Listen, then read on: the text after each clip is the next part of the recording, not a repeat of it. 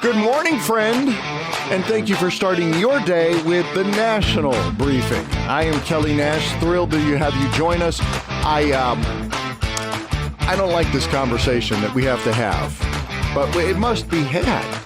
The United States has a lot of enemies. We've always had a lot of enemies. That's okay. What is not okay is people inside the United States helping these enemies.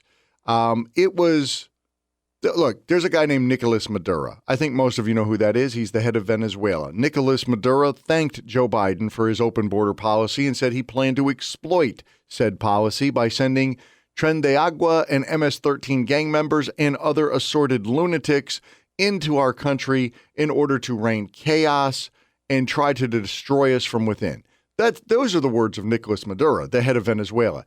Bring down the United States. That's what he wants to do. And he did it with the open border policy, or that's how he got his people on the ground. When you think about a Venezuelan, understand there are a few Venezuelans who have escaped Venezuela. Good for them. But the overwhelming majority did not escape. Nicolas Maduro does not allow people to escape Venezuela, same as Castro does not allow people to, Castro, he's dead. But, the idea of you could not escape the Soviet Union. You could not escape Cuba. You could not get out. You can't get out of North Korea. Some people do. But if a wave of immigrants started arriving on our shores from North Korea, you would know Kim Jong-un was up to something. The fact that a wave of immigrants have arrived from Venezuela in the last 3 to 4 years should let you know Nicolas Maduro is up to something. The fact that he stated he was doing it really kind of confirms your bias. Now, Nicolas Maduro has been very successful in spreading drugs, particularly fentanyl, through our country, but also just wreaking havoc.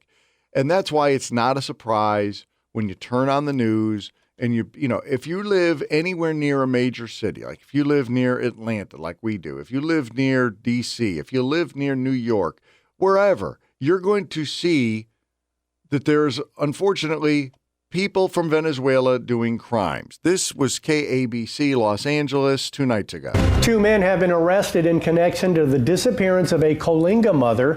45-year-old Alejandro Soriano Ortiz of Coalinga and his brother, 40-year-old Celestino of Santa Maria, are now both in custody. Now, if we listen to that full report, what we would find out is that they did murder this woman, or allegedly murdered the woman. We would find out she was a U.S. citizen, a mother. We would find out that ICE had been looking for these two for quite a while. But because L.A. County has a policy where you cannot call ICE if somebody's arrested for a crime, you cannot call ICE and say, hey, we got some of the worst here. You can't call them and let them be deported right then. They help them escape. Get them out back on the streets where they do more damage. That is the policy in Los Angeles. So on the same newscast, KABC reports you've got 2 Venezuelans arrested yet again, murdering a U.S. citizen, and then they have to run,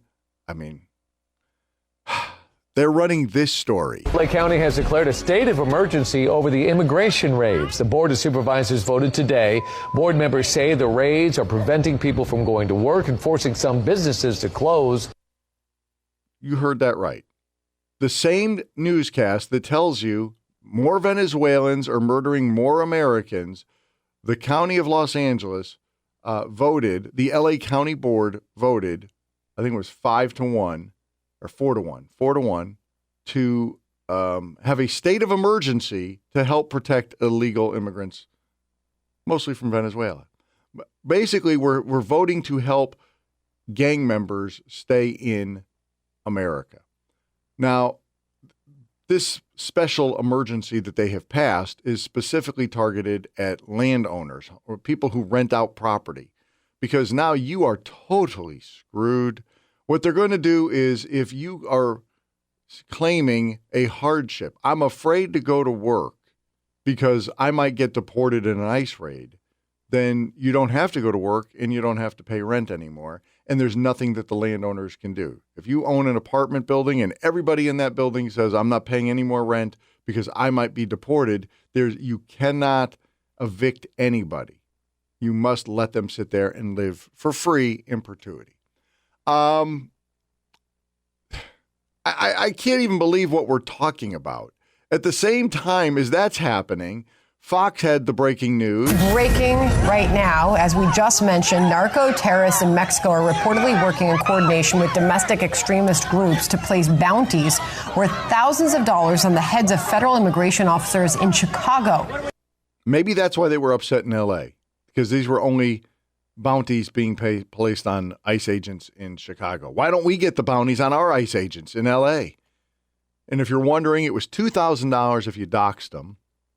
It's, I think it was $5,000. No, it's $10,000 if you kidnapped an ICE agent, and it was $25,000 to $50,000, depending on how high-ranking they were, if you actually murdered an ICE official. That's what the gangs are paying these days.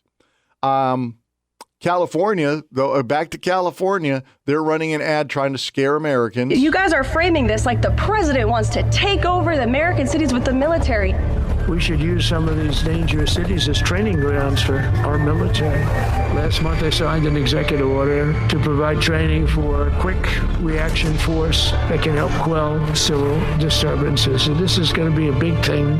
It's the enemy from within. We have to handle it before it gets out of control. They like to say, oh, you're not allowed to use the military. We haven't even started yet. Now, that's, again, designed to scare the crap out of you. I hear it, and I'm excited. I'm thankful because Donald Trump is expending a lot of political capital right now trying to make America safe again. He was not wrong. We have an enemy within. Some of them are living here because they're gang members, terrorists, those people. We also have lunatics that have just been relieved, get them out of the mental hospitals here in Venezuela, send them on up to the United States. We have those people.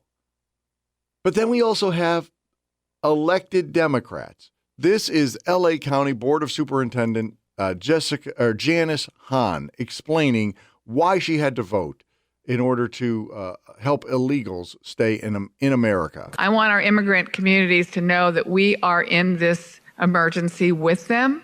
We see them.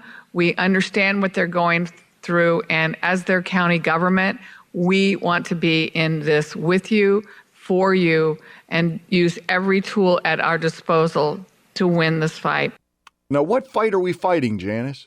Because the fight that I see is one where we have illegals who are, in large part, terrorists, drug dealers, traffickers, those people versus United States citizens, many of whom are immigrants. When you say U.S. citizen, we don't just mean natural-born U.S. citizens.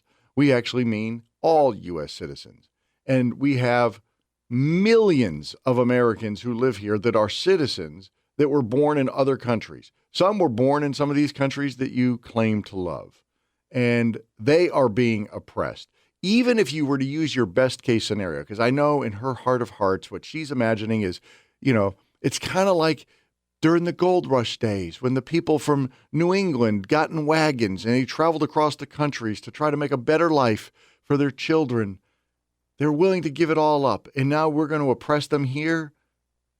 Even in that scenario, it's different because the gold rush people weren't getting out to California or wherever and saying, whose job can I steal? Whose money can we take? That's what's happening with the illegals. The illegals, in the best case scenario, are undercutting U.S. citizens, depressing wages. That's the best case scenario. Best case. Many are not here for the best case scenarios. Now, in this report, it says Los Angeles says they're going to lose $275 million in gross domestic product, citing a report from the University of California if the illegals are continued to be deported. Why? This is another thing. The United States government needs to do a better job of prosecuting the people who hire illegals. If you're hiring them at a depressed you're hiring them. First off, you are hiring them at a depressed wage. You're not hiring them at something that a U.S. citizen would do the job at. You're lowering wages for everybody. You're making it very difficult on the middle class and the lower middle class. And this needs to stop. And I will also remind people of the 14th Amendment that says no person, none, shall hold office after taking an oath to uphold the Constitution who has given aid or comfort to the enemies thereof. Kick all of these people out of office. Let's get voting them out now.